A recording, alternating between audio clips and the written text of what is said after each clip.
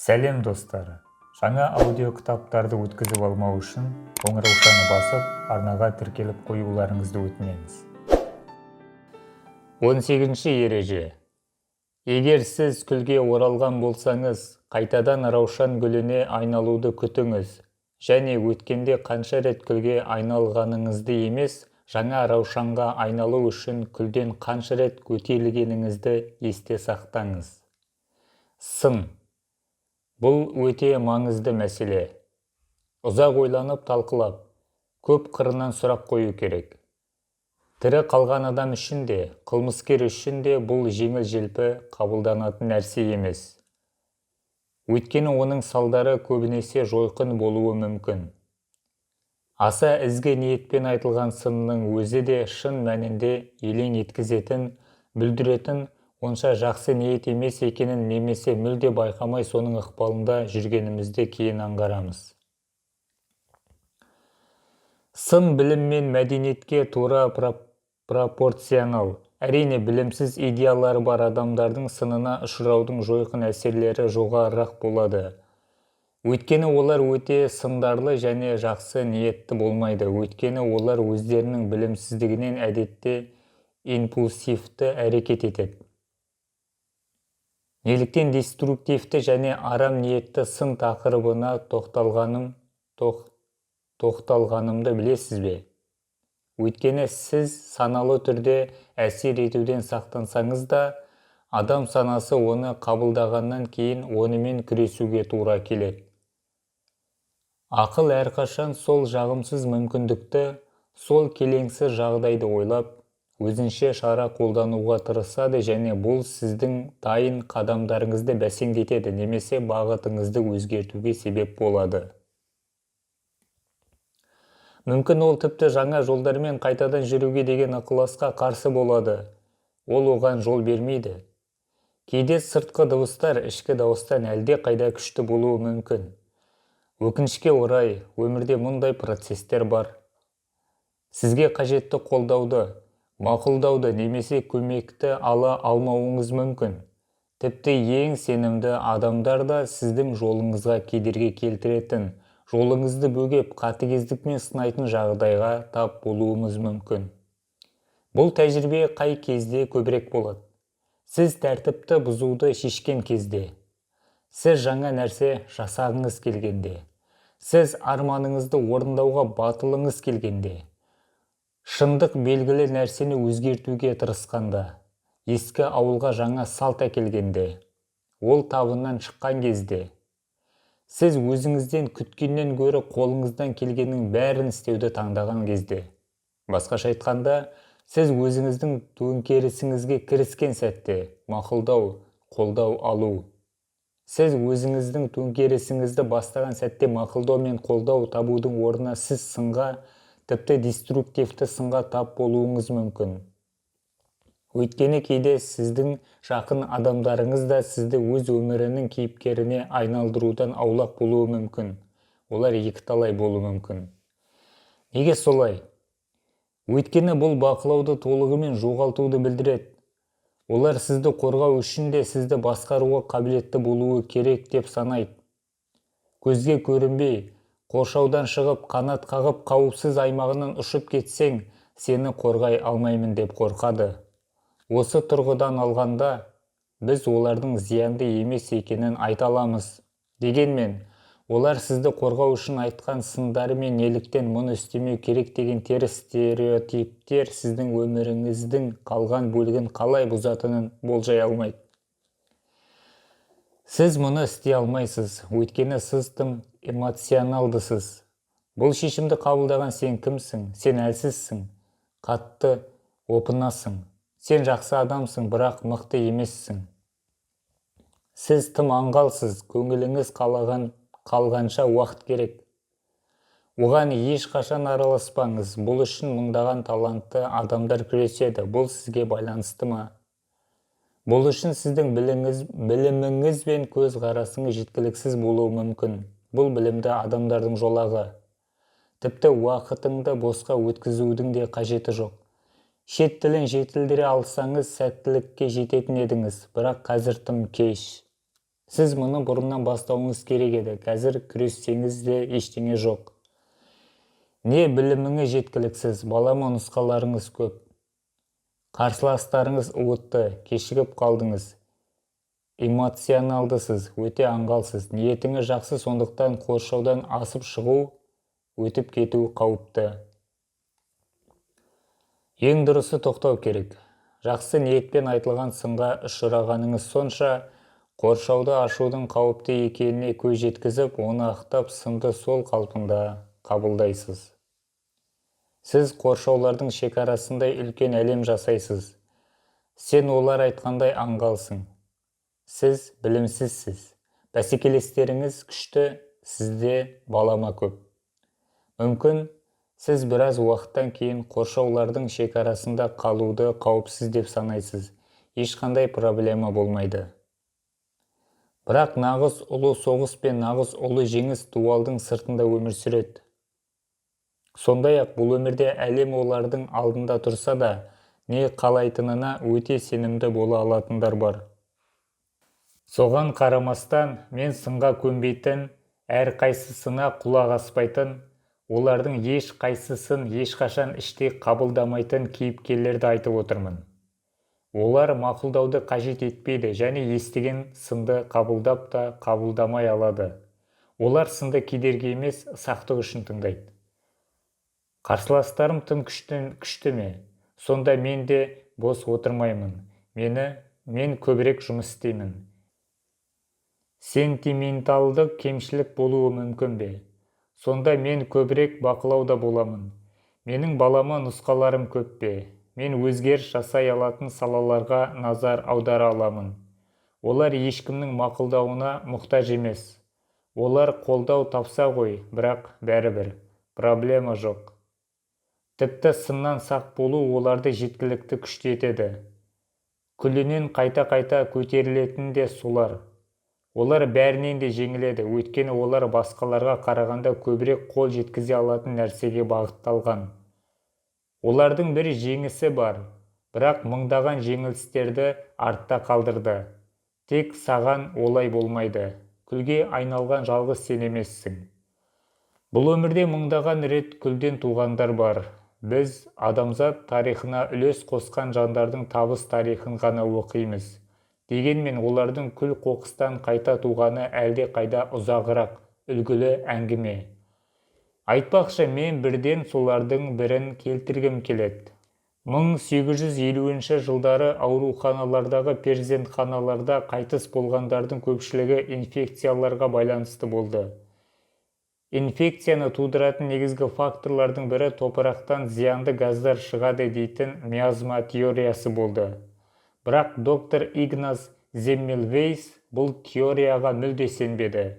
Венадағы ең маңызды перзентханада жұмыс істей бастағаннан кейін ол өлім санының көп болуының себептерін мұқият зерттеуді жалғастырды. Қазір өлімнің инфекциядан болғаны белгілі болды, бірақ инфекцияға не себеп болды? Біраз уақыттан кейін дәрігер Земмельвейс ауруханада маңызды нәрсені түсінді. Аутопсияға кірген дәрігерлер, міне олар жұмысын аяқтап, перзентханаға кірген кезде инфекциядан болатын өлім-жітім өте жоғары болды. Алайда үйде туылған нәрестелерде өлім-жітім төмен болды. Осыдан кейін ол миазма теориясына күмән келтіре бастады. Дәрігер Земмельвейс дәрігерлерден босанар алдында қолдарын хлорлы сумен тазалауды және қолды хлормен жуғанға дейін науқасқа ешқашан қол тигізбеуді сұрады. Бұдан әрі не болғанын болжай аласыз ба? Иә, босанғаннан кейінгі инфекция деңгейі 2%-ға дейін төмендеді. Қолдарын хлорлы сумен жуған дәрігерлер керемет нәтиже берді. Операция алдында қолды хлормен жуу өте құнды және тамаша өнертабыс.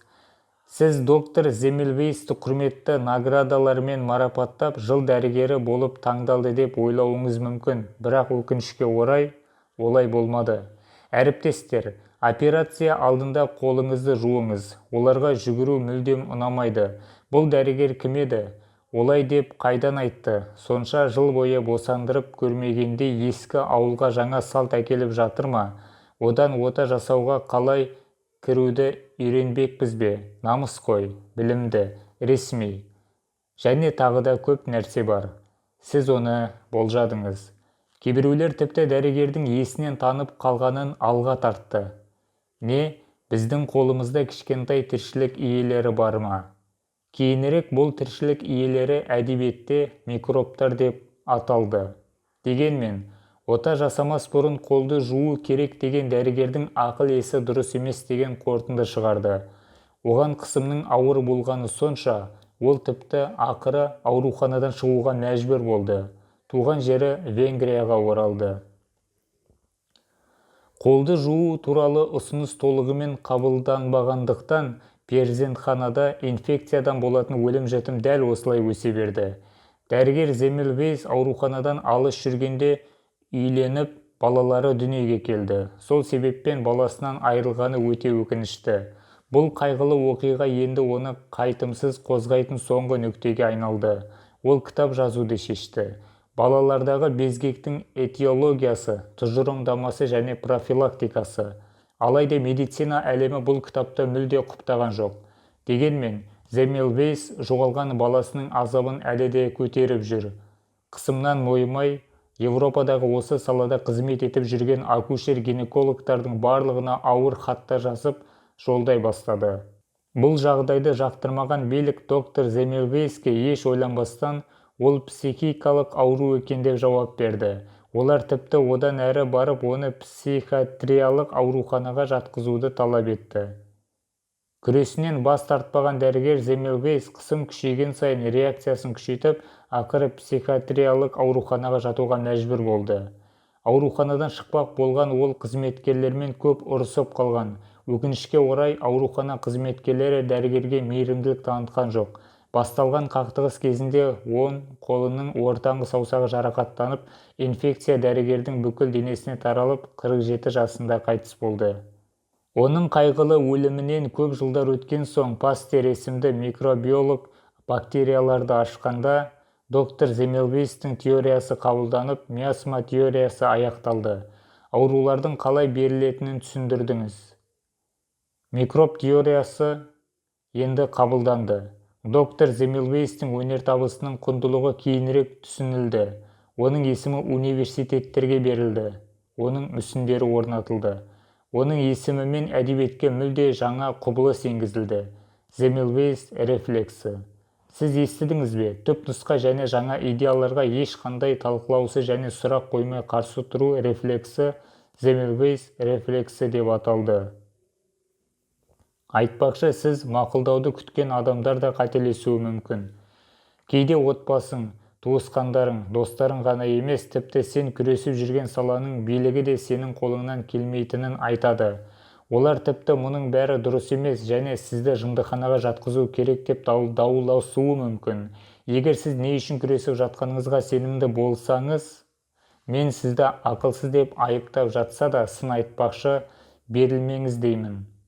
Әлемдегі ең беделді ғылым, өнер, әдебиет марапаттары қайсысы деп сұрасам, бірден Нобель сыйлығы туралы ойлайсыз. Солай емес пе?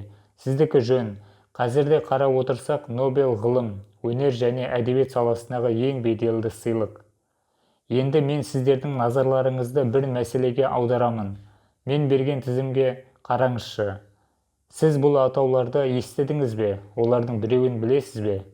Рудольф Кристоф, Эукен, Сули Прюдом, Фредерик Мистрал, Генрик Сиенкевич, Джозуэ Кардуччи, Бюрнстерне Бюрнсон. Сіз оны естіген жоқсыз ба? Бірақ сіз Толстой туралы естідіңіз бе? Әрине естідіңіз, әрине оның кім екенін білесің, тіпті кітаптарын оқыдың. Бұл есімдердің барлығы Толстой тірі кезінде әдебиет бойынша Нобель сыйлығын алғанымен, Толстой ешқашан бұл сыйлыққа лайық деп саналған емес. Бұл өте әйгілі Нобель сыйлығы Үндістанды қолына қару алмай немесе қантөгіске жол бермей азат еткен Махатма Гандиге берілмеді, бірақ оның есімі әрқашан бейбітшілікпен байланысты.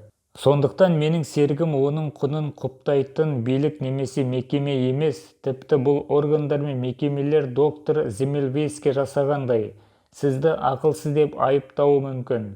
Олар сізді шайқасудан тайдыруға тырысуы мүмкін.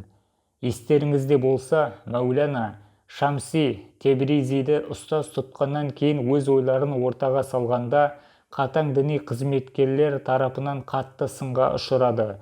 Оған христиан, опасыздық, тіпті моңғол агенті деген айып тағылды.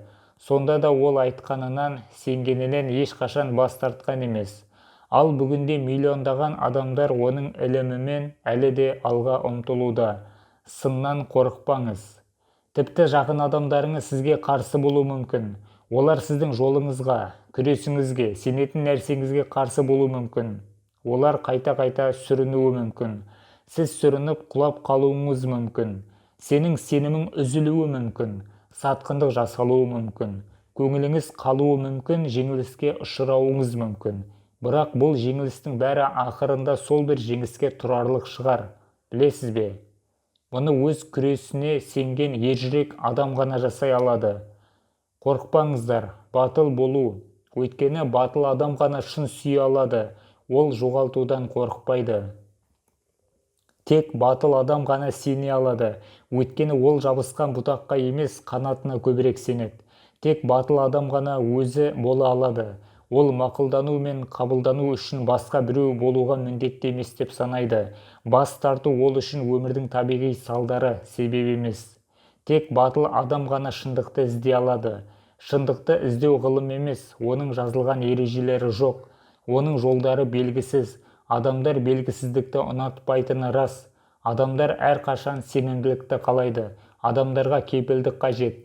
Белгісіз жолдар қауіпті. Батылдық қажет. Ақиқат іздеу арқылы табылмайтын нәрсе болуы мүмкін, бірақ оны табатындар әрқашан іздегендерден шыққан. Сондықтан сыртқа шығу кейде жолдан шығып кетеді. Жолға шығу, құлау, тұру, жарақат алу. Батылдық бәріне қарамастан мойымай, шындықты іздеуді жалғастыру. Ешқашан батылдығыңызды жоғалтпаңыз, досым.